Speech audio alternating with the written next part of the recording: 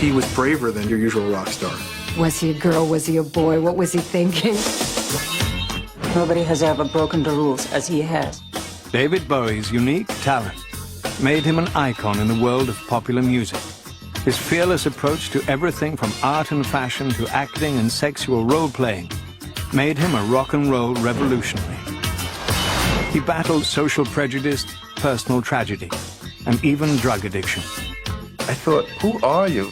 What have you become? But his key to survival was almost constant change. He could reinvent himself every couple of years, but if he didn't make great records, people wouldn't be interested. David's role has been monumental in expanding the concept of what a pop star or a rock star or an entertainer can be.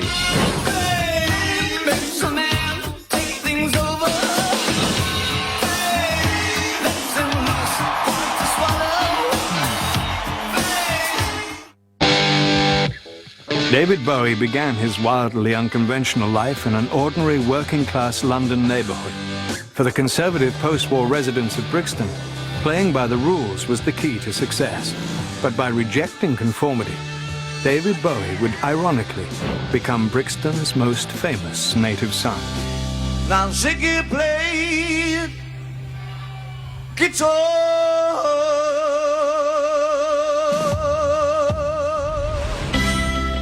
The creator of rock and roll spaceman Ziggy Stardust arrived on Earth on January the 8th, 1947.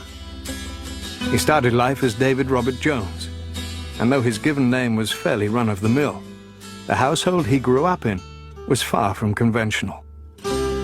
His parents, Hayward Jones and Peggy Burns, were unmarried. David was the couple's first child together, and each of them already had other children from previous relationships. In fact, it wasn't until David was 8 months old that Hayward and Peggy were wed. David's mother was an assertive, no-nonsense woman who worked part-time as a movie theater usherette. David's father once harbored his own show business aspirations. His first wife had been a singer, but his efforts to launch her career had failed. By the time David came along, Hayward Jones had become a public relations man for an orphanage. His father was a small, quiet, quite studious man, very gentle, very sweet. I never heard him raise his voice. His mother, she was a little sterner. I know he loved his father very much, and he was probably closer to his father than to his mother. David also shared a strong bond with his half-brother Terry Burns. Terry was a real big brother to David. He was a bright guy. They had a lovely symbiotic relationship. Terry was very much his best friend, and he loved him very much. David idolized his brother. Terry was David's protector, and often helped his shy little brother cope with a dark cloud that hung over the Jones family. A number of their mother's relatives suffered from schizophrenia. Some had been institutionalized. Others had committed suicide. It's been fairly well recorded that my family is pretty rampantly, what's the word? I'm not so sure how much of it is madness. I think that there's an awful lot of emotional and spiritual mutilation goes on in my family. The specter of mental illness haunted young David and was rarely discussed outside the Jones home. Although he didn't fully understand the ongoing problem, David felt it made him different from other children. In 1956, 9-year-old David lost daily contact with his brother when Terry enlisted in the Royal Air Force. A year later, the Jones family moved to the London suburb of Bromley, where David soon made new friends. He was always a great thinker and a great worker out of things. And he was a neat, tidy little boy, the kind of boy that Mum likes you to bring home. The well-behaved youngster quickly fit into the suburban setting and joined a local Boy Scout troop. Soon after we'd enrolled, we started talking about music straight away. David loved all things American, especially the country's latest export, rock and roll. We were listening to the stuff that was out and that shocked our parents. Elvis Presley, Fats Domino, and Little Richard. Ready, set, go, man, go. Little Richard was different from every other performer on the music scene. Ready, ready, set, I'm ready. Ready, ready, set, I'm ready. Ready, ready, set, I'm ready, ready, ready to rock and roll. His androgynous, almost effeminate looks and sexually suggestive lyrics made him more outlandish and more subversive than any of his contemporaries. Young David Jones found the combination both fascinating and inspiring.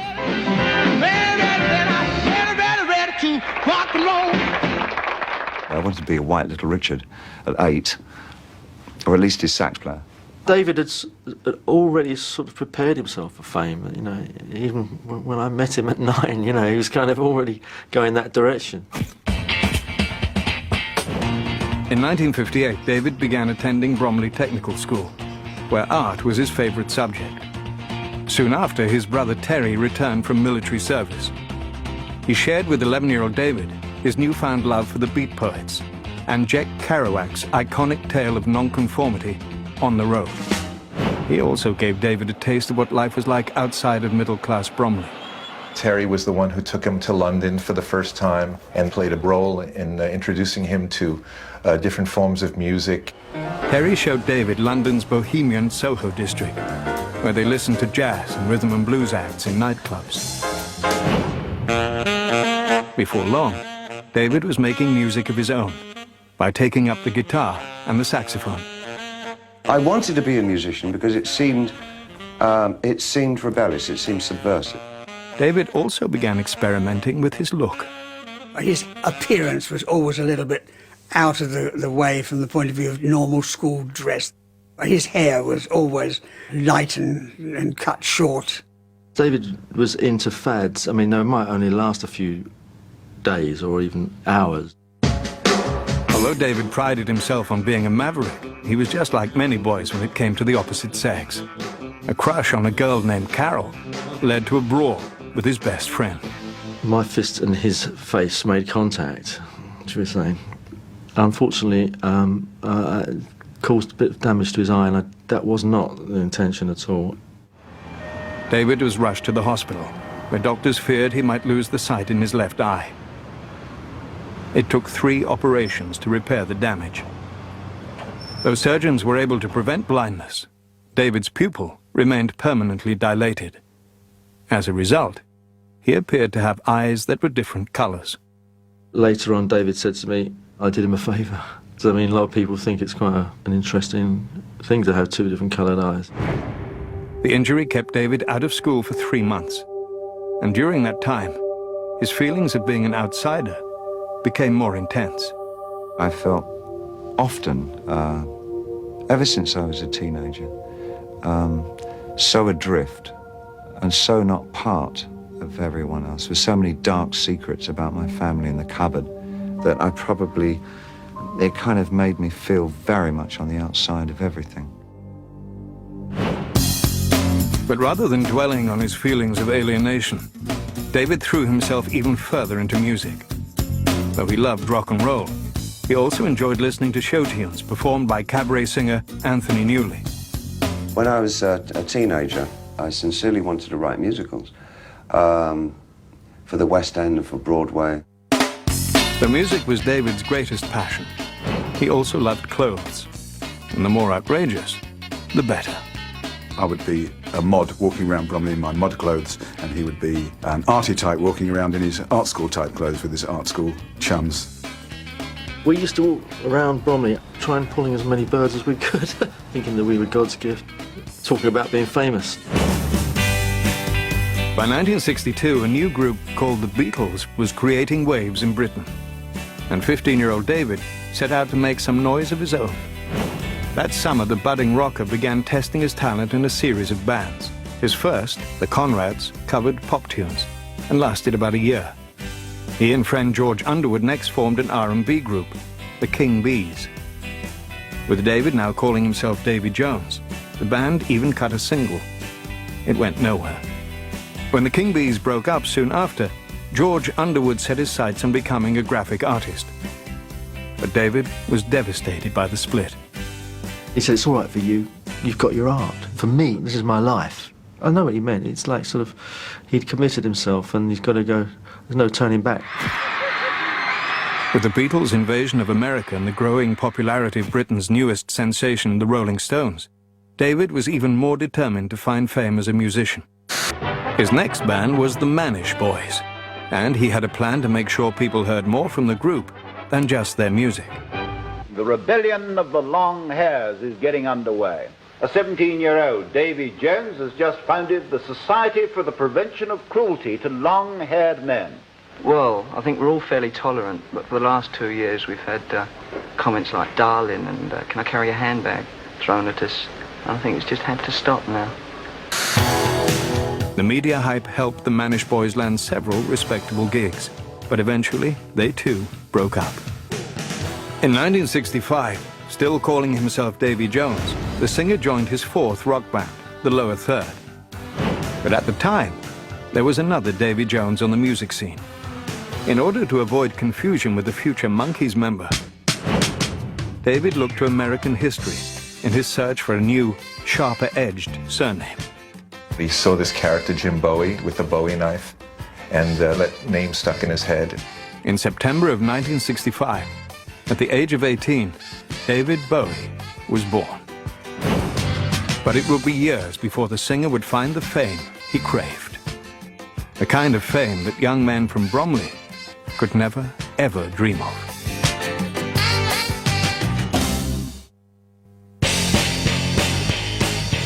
By 1966, the London scene was in full swing. From the fashions of Carnaby Street and the world's first supermodel Twiggy, the music of The Who and the Yardbirds, a new youth culture had transformed the city's once buttoned-down lifestyle. That same year, David Bowie released his first solo single, Do Anything You Say. Though the song, which Bowie also wrote, failed to register on the charts, it did help him get a manager. The 19-year-old was signed by Ken Pitt, who'd once been the British representative for such stars as Judy Garland, Frank Sinatra, and Duke Ellington. Ken was a lot older than us, and he must have been at least 20 years older, and a showbiz kind of icon in the sense of theater. One of Pitt's first suggestions was for Bowie to put together a cabaret act featuring nightclub standards and show tunes. David at first liked the idea and began rehearsing, but he soon decided he wanted to do more than sing other people's material, and went back to writing and recording his own music. But David's career frustrations paled in comparison to a devastating development in his personal life. His 29-year-old half-brother Terry began exhibiting signs of schizophrenia. David told me he was prone to fits of violence, outbursts of violence, but his emotions were being controlled by drugs at the time. Terry's mental state worsened. It wasn't long afterwards that he was committed to an institution, and David began to worry that the illness might eventually afflict him as well. In September of 1966, David's manager lined up a contract for him with Durham Records. In light of Terry's situation, the good news was bittersweet. But David was reassured about his career, and his parents, especially his father, were delighted. David's father was very supportive. He did encourage him a lot with his music. Unfortunately, David's debut album entitled David Bowie sold poorly. The singer was discouraged, but his manager had more plans for him. Ken Pitt convinced his client to pursue acting in addition to music. And in 1967, David was cast as a drawing that comes to life in the short film The Image.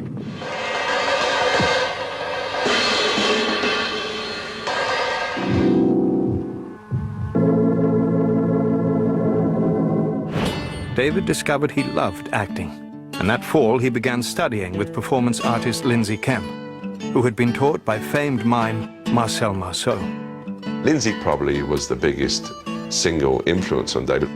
Lindsay taught him so much about the stage, about projection, about makeup, about clothing.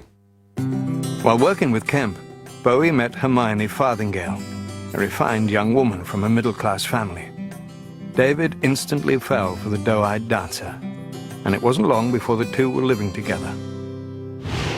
In the summer of 1968, David teamed up with Hermione and friend John Hutchinson to form a group called Feathers. The trio used a mixture of music, dance, and poetry in their performances at venues around London. The following year, Ken Pitt financed a short promotional film to showcase Bowie's singing and acting talents. Love You Till Tuesday was built around several of David's songs. But David was devastated when Hermione broke up with him during production, explaining that she felt overwhelmed by the intensity of their year-long relationship. He was pretty upset that his girlfriend had just left. Broken-hearted, actually, bless his heart. She was obviously very important to him. David tried to dull his pain by focusing on a new venture. In 1969, he helped organize the Beckenham Arts Lab. The performance workshop was run out of the back of a local bar and gave various artists a chance to showcase their material. David also continued to develop his own ideas. A few months earlier, he'd seen the futuristic adventure 2001, A Space Odyssey, and had been inspired to write and record a song called Space Oddity. The tune was the tale of an astronaut named Major Tom, who is lost in space. The single was released in July of 1969, just days before the first manned moon landing. Ground control to Major Tom. 7, 6. Commencing countdown, engines on. 3, 2. Check ignition, and may God's love be with you.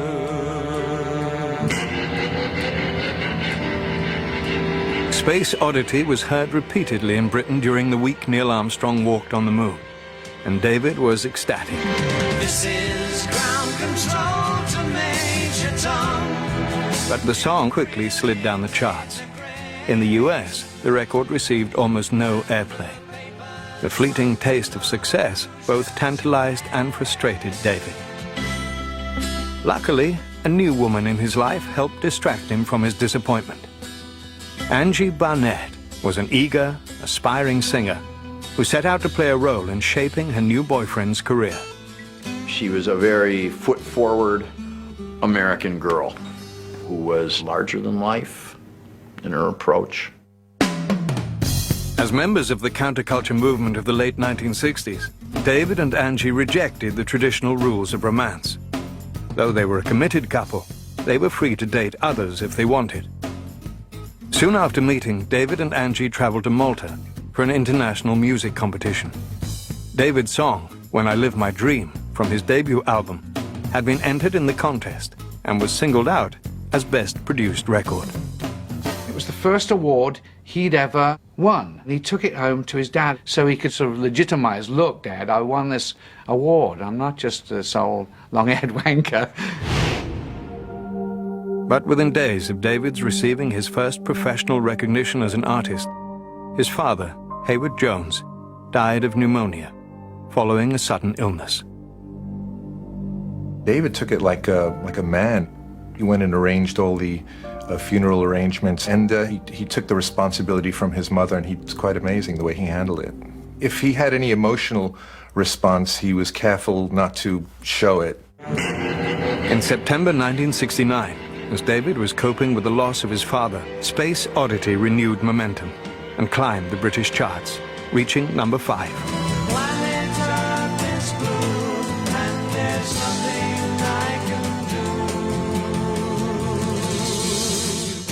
Almost immediately, David tried to build on the success of the song by releasing a second album. As before, sales were disappointing. Like Major Tom, David Bowie's rock and roll dreams seemed to be drifting away. But by taking a controversial approach to performing, the singer's career would soon be launched into a whole new orbit.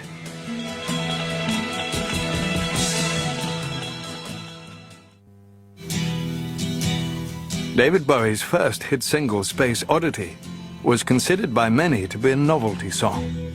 Even so, the 22-year-old performer held on to his dreams of fame and set out to live the life of a rock star. In the fall of 1969, David and his girlfriend Angie rented a 30-room mansion in London and invited several friends to live with them. We were about 7 people. We were like college kids. We had parties, and all kinds of strange people came in. It was really nice. It was like a hubbub of creativity. In 1970, as Bowie planned his next move, the rock world was stunned by the breakup of the Beatles. followed closely by the drug-related deaths of Jimi Hendrix and Janis Joplin. By now, drug use was common among musicians and fans alike. David himself experimented, as did singer Lou Reed, who pulled no punches in writing songs about the trend. Bowie admired Reed's music, which pushed the boundaries of rock and roll by exploring themes of unconventional sex, cross-dressing, and social unrest. Lou Reed was very important for all of us that thought we were very hip in those days, that's for sure. Because Lou was out of the box. Lou Reed and his group, the Velvet Underground, were part of Andy Warhol's artists' consortium, The Factory. David was intrigued by Warhol's revolutionary approach to creating art. But the singer's fascination with American avant-garde artists didn't stop there. He was also a fan of a raucous, over-the-top rocker named Iggy Pop. Nobody ever said they liked Iggy and the Stooges. You just didn't admit to that in 1970 unless you were cross-dressing or on some sort of drugs or had just dropped out of life or high school, really. David was drawn to Iggy's wild nature. And in time, Bowie would incorporate aspects of the American avant-garde into his own work. David is a master of embracing a number of disparate elements and then fusing them into something totally unique. In the spring of 1970, David formed a new group with the tongue-in-cheek name, The Hype. The band included Mick Ronson, John Cambridge, and Tony Visconti. I went on the stage in a white leotard. I was Hype Man, and David was Rainbow Man, wearing like all these diaphanous scarves like hanging from his wrists and all that. David found that performing as a fictional character gave him more freedom to express himself through music. I was not a natural performer. I didn't feel at ease on stage. But I felt really comfortable going on stage as somebody else. And it seemed a rational decision to keep on doing that. But audiences who saw The Hype didn't like the costumed band members. They were yelling at us the whole time, calling us faggots and whatever, whatever filthy homophobic name you can think of. David was upset by the crowd's response, but sexual slurs were not enough to make him retreat into more safe styles of performing. 1 month later, in his childhood home of Bromley, the maverick artist made a surprisingly conventional move when he married Angie. David's mother attended the ceremony, but the wedding didn't change the rules of David and Angie's open relationship. Following his marriage, the singer took a bold step in his professional life when he ended his 4-year affiliation with his manager, Ken Pitt. This new thing, this kind of psychedelic rock thing, which was happening in the late 60s, Ken had no idea what this was about. And David, being a young man, saw the future flash before his eyes, and Ken Pitt didn't quite fit into that. Bowie soon signed with the new manager. Lawyer Tony DeFries was in sync with David when it came to music and promotion. He said, I'm going to make you as big as a skyscraper. Tony DeFries would have painted sparrows yellow and sold them as canaries. Angie also played a role in helping David break out from the growing crowd of aspiring rock stars. She suggested that her husband assume a more androgynous look, and soon David was wearing feminine clothing, even dresses. I don't think he would have worn a dress without Angie's encouragement. She said that it's okay to do this. She's outrageous. She's a very outrageous woman, and David definitely needed a dose of outrageousness in his life at the time. Bowie's new cross-dressing style quickly captured the attention of the press, who seemed to be more interested in David's sexual preferences than in his music. You'd see it in the tabloids at the time. That was, Wowie, Bowie, and people were always yelling at him, are you a boy or a girl? David appeared on the cover of his next album, The Man Who Sold the World, with long locks and wearing an elegant gown. One reporter commented that the singer looked more like Lauren Bacall than a rock and roll star. David laughed off the taunts and innuendos and surprised the public even further in May of 1971 when he and Angie welcomed a son, Zoe Bowie. David was thrilled to be a father, but there was little time to enjoy his new child. his career was finally gaining momentum. And within weeks, he was scheduled to travel to New York to sign a lucrative contract with RCA. David's first album with his new label was Hunky Dory, which included the hit single Changes.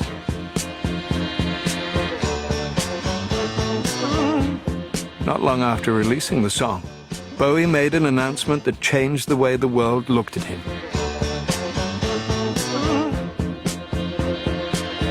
In an interview in the trade paper Melody Maker, the flamboyant new star declared that he was gay.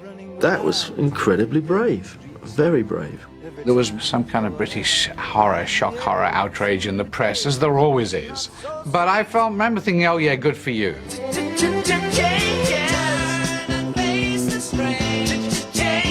With the media attention, Hunky Dory record sales jumped, and David Bowie's career took a quantum leap. The timing was impeccable, so it's debatable whether it was calculated or not, but he certainly used it. He used it, definitely. It brought more attention to the music, which was the desired effect. The gender-bending mystique of David Bowie was now firmly established. The cross-dressing bisexual with a wife and child was the talk of the music industry. But David Bowie's next outrageous move would surprise even his growing legion of fans. He was about to transform himself yet again, and forever change the face of rock and roll.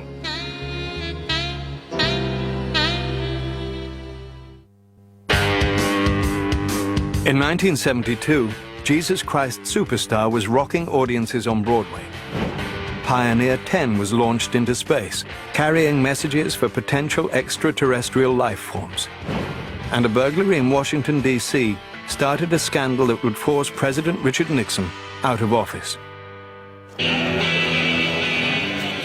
That same year, 25-year-old David Bowie took all the elements he'd learned about the performing arts and fused them together to create a daring, new stage persona, Ziggy Stardust.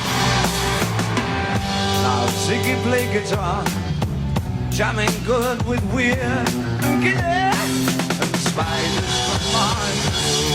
When he played it left hand, but he made it too far, became the special man. Then we would Ziggy's band. One of the inspirations for David's character was a 1950s American rock singer named Vince Taylor. He was out of his gourd, totally flipped. I mean, the guy was not playing with a full deck. Taylor was convinced that there was a connection between himself, UFOs, and Jesus Christ. During one performance, Taylor announced that he, in fact, was Jesus Christ. And it was the end of Vince, his career, and everything else. And it was that and his story which really became one of the essential ingredients of Ziggy.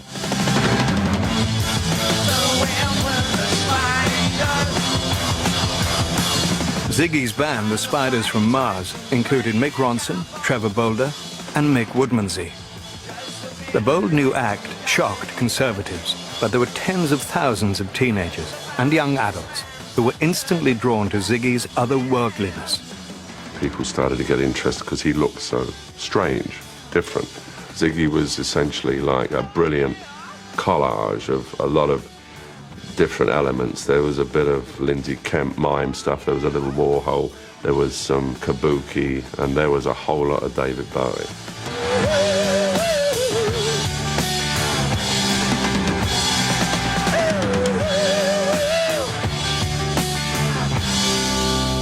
Now Ziggy played guitar.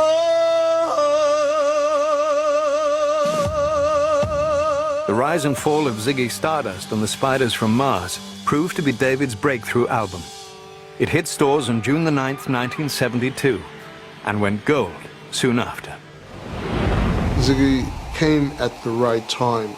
You could feel the buzz in the air. It was like bigger than David, bigger than the band, bigger than the record company. It was almost like something that was meant to be in history. One of the keys to Ziggy's success was Bowie's complete dedication to his extraterrestrial creation. I believe in my part all the way down the line, right the way down. but I do play it for all it's worth, because that's the way I do my stage thing. That's part of what Bowie's supposed to be all about. I'm an actor. Bowie's androgynous rock and roll spaceman helped launch the era of glam rock. In the late 60s and early 70s, everything had become aesthetically quite pedestrian. And you had a lot of bands like Crosby, Stills, Nash & Young, who I love, but they looked like farmers. And I think the glam rock people looked at it and said, you know what, let's be glamorous. It wasn't so much what he was wearing, it was just the feeling he was putting across. You know, it was him, his actual self that was like that, and that's what was so strong. David was the king, the queen, the prince, whatever you want to call him, of glam. He was its finest hour, its most potent force. The outrageous nature of Ziggy kept David in the news, and Bowie fed the frenzy with more than just his appearance. When photographer Mick Rock snapped a highly suggestive picture of David and guitarist Mick Ronson, Bowie recognized another chance for star-making publicity. David said, let's buy a full page in Melody Maker. It was an important shot for David. It was like Pete Townsend smashing the guitar or Jimi Hendrix setting it on fire. And that set the cat among the pigeons very nicely. Bowie was bigger than ever, and his manager, Tony DeFries, set out to capitalize on David's new fame. In the summer of 1972, DeFries launched Main Man, a management company with Bowie as his star client. David was also becoming known for the songs he wrote and produced for others. His song, All the Young Dudes, was a hit for Mott the Hoople, and the Lou Reed chart-topper Walk on the Wild Side was co-produced by David. In September of 1972, Ziggy Stardust descended on America. Although David wasn't yet a big success in the United States, Tony DeFries felt that if you spent like a star, people would believe you were a star. As a result, more money was going out than was coming in during the American tour. Everyone was staying at the Plaza, the Beverly Hills Hotel, room service 24 hours a day, roadies getting their underpants laundered, and lunatics were running wild, and no one was saying no. The hype was maintained, and the bills were being paid with unearned advances that Tony DeFries secured from RCA Records. I think that was Tony DeFries' genius. He got these guys to okay and cough up all kinds of money for an act that was not making them much money at that point in time. As the American tour progressed, David began to be put off by his wife Angie's ongoing efforts to direct his career, and their relationship became strained. She would help organize things, but once the show got to America, it all started to go to another level in terms of the development of what was going on, and I don't know that she ever learned how to handle it that well. Ziggy's journey across the United States was a critical success, but unchecked spending made the tour a financial disaster. Even so, when Bowie returned to England, he was treated like a conquering hero. I wanted to see him. They said he was coming round the back. I've been waiting for ages to see him. What David's fans didn't know was that their idol had less money in his pockets than they did. But that didn't keep David from indulging in recreational drug use. And David's narcotic of choice was cocaine. Right at the beginning, there wasn't much of that going on. After America, there started to be a lot more. As David's cocaine habit escalated, the resulting weight loss combined with mental stress gave rise to the title of his next album, A Lad Insane. The Lad Insane was, well, I think it was a reflection of what he was going through. It was starting to work on his head, and, some lad, London lad, going off his rocker very slowly, but having an interesting time doing it. To promote A Lad Insane, Bowie headed off on a 100-day world tour. The first performances were at Radio City Music Hall. During one show, David collapsed on stage. It was the ultimate in drama because the encore number was Rock and Roll Suicide, and after the song ended, he fell on the floor. He had definitely went unconscious for a while, and then of course the doctors and nurses came and he was fine, but it was scary. In spite of the incident, David continued his grueling schedule. After completing the US leg of the tour, the band headed to Japan, then on to Russia, and back to England. Back and shop in the city, sound sight. Sit alright, yeah. When Bowie returned home, he learned that Aladdin Sane was #1 on the charts. The news should have made him happy, but it didn't. In the midst of all the Ziggy Stardust hype, David Bowie felt he had lost his way. Still don't know what I was waiting for. Time was running wild. A million dead-end streets. Every time I thought I'd got it made, it seemed the taste was not so sweet. All the feedback was coming to Ziggy Stardust. I mean, not to David Jones from Brixton. So he had created this alter ego, and the alter ego took over his entire life. David continued to play to sold-out houses throughout Great Britain, including London's Hammersmith Odeon on July the 3rd, 1973. But to the audience's surprise, at the end of the show, the 26-year-old rock star made a startling announcement. Not only is it the last show of the tour, but it's the last show that we'll ever do. Thank you.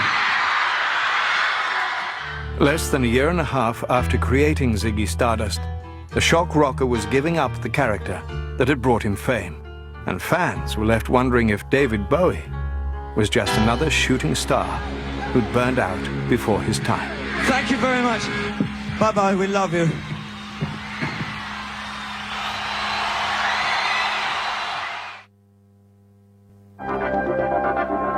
Ziggy Stardust did indeed rise and fall, just as predicted in the title of 26-year-old David Bowie's hit album. It had become a burden to him, and the only way to deal with it was to shake it off completely. Ziggy Stardust was gone, but certainly not forgotten.